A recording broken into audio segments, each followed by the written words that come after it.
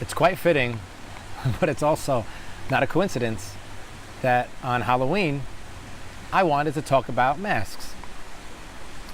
Not the physical masks that people wear when they go out trick-or-treating, but the masks that people put on when they pretend to be someone or something that they're not.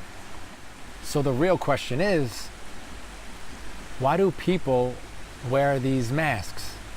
These metaphorical masks that they put on when they go out for the day, enter the world, and interact with other people? I can't answer that question. I have to keep the focus on myself. And the reason why I wore a mask for so many years was plain and simple. I didn't know who I was. So for that reason, it was much easier for me to pretend to be something else or someone else than to be vulnerable, than to actually open up and show me. Because as soon as I got rid of this mask or this barrier between me and other people, it's almost as if my skin was ripped off and I was exposed to the elements and I was raw and I was out there in the open, vulnerable. And that's not a comfortable feeling when you don't know who you truly are. You're confused.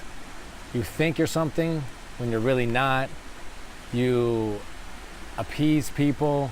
You will go along with just to be part of, because you really don't have something that you stand for and stand by and a truth that you stand in.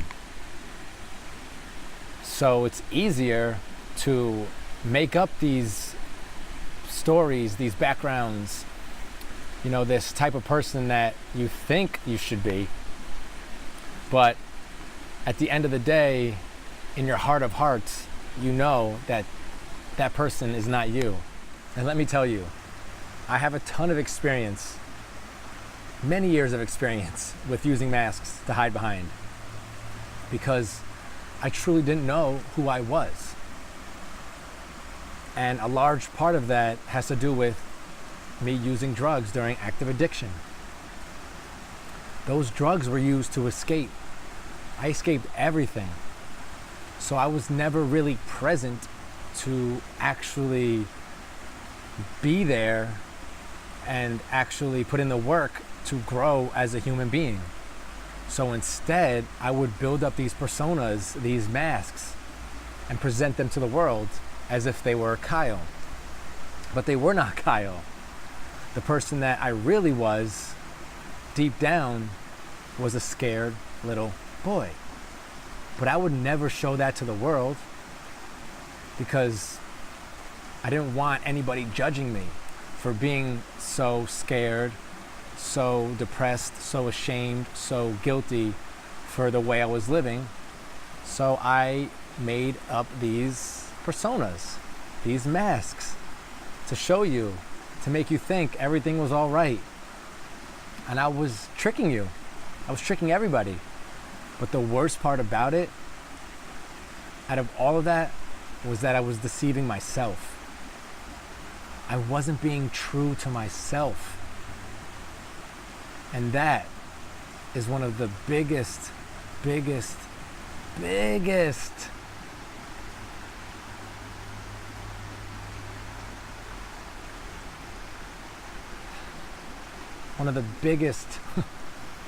disservices that you can do to yourself is when you're not true to yourself or honest with yourself.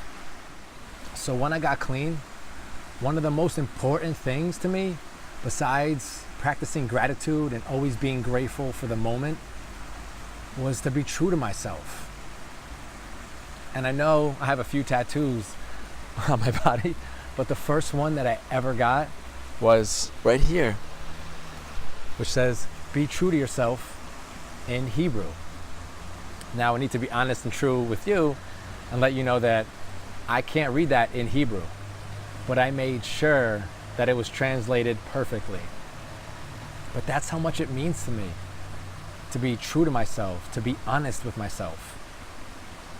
Because people can lie to other people. You can lie to someone else, you can be dishonest, which I don't condone. But when you're dishonest or you lie to yourself and you deceive yourself, you're doing yourself such a disservice, because you're only going to cause yourself more pain and more suffering instead of being true to yourself. It's that simple. You always need to hold truth with other people and yourself in such high regard, because when you're honest with yourself, you value yourself. You give yourself worth. Because at the end of the day, somebody that you would lie to is not somebody that you value. And that sucks, because you should value everybody. Everybody has value. But when you lie to yourself, you make it seem like you don't think you're worth it. You don't think you're worth the truth. So you can just keep lying to yourself about everything and it'll all be okay. When eventually it'll catch up and just cause you pain and suffering. And no one wants that. I don't want that, and you shouldn't want that. Holding yourself accountable in this sense is quite tough, because our minds are so powerful that sometimes we can use justification and rationalization to make it seem like we're not lying to ourselves and we're not deceiving ourselves when we actually are. So we really need to practice and hold ourselves accountable throughout the day with the thoughts and the words that we use with others, but also with ourselves. We have to maybe take a step back and think about it and understand our motives, understand our thought process. Because once we can get to the root of those, we could understand ourselves better and stop ourselves from lying to ourselves. It takes time, because a lot of these habits are conditioned within us. So it's easy to go a certain route because you've been doing it for so long. So you need to start small and kind of be aware, mindfully aware of your thoughts and your actions and how you think about situations and how you talk to yourself in your head, because we all do. And we know when we're lying to ourselves. There's always that voice in your head that'll let you know that you're doing something wrong. You know what it's called? It's your conscious. Other people call it your higher power, which to me is almost one and the same. But you need to listen to it. You need to truly quiet the noise in your head and listen to your conscious. This process is not comfortable. It's not going to be easy. Because if you wore these masks for so long, you're comfortable hiding behind them. It's a comfort zone that you don't want to get out of. But if you take off this mask and you present yourself to the world, it's going to be rough at first. Because like I said, it's putting yourself out there. You're vulnerable. You might be scared of what people might think of you. But you have to start somewhere. And you have to start believing in yourself. You have to start having confidence in yourself and having high levels of self-esteem and standing in your truth. What you believe is true. And once you start to do that, you will feel much more comfortable as you than this persona, this other person that you presented to the world. You'll no longer be acting. You'll no longer be pleasing people because that's what they want. You'll be doing what you want because you'll have the confidence, the drive, and the motivation to be you. And that's a wonderful feeling. So if people try to speak bad about you, down to you, chop you down, disagree with you, If they just don't like the person that you are for some reason, then that's okay. But it won't affect you because you'll be so strong, so grounded in your truth about who you are as a person that it'll bounce right off. And no one can take that away from you because you put in the work, you put in the time, and you put in the effort.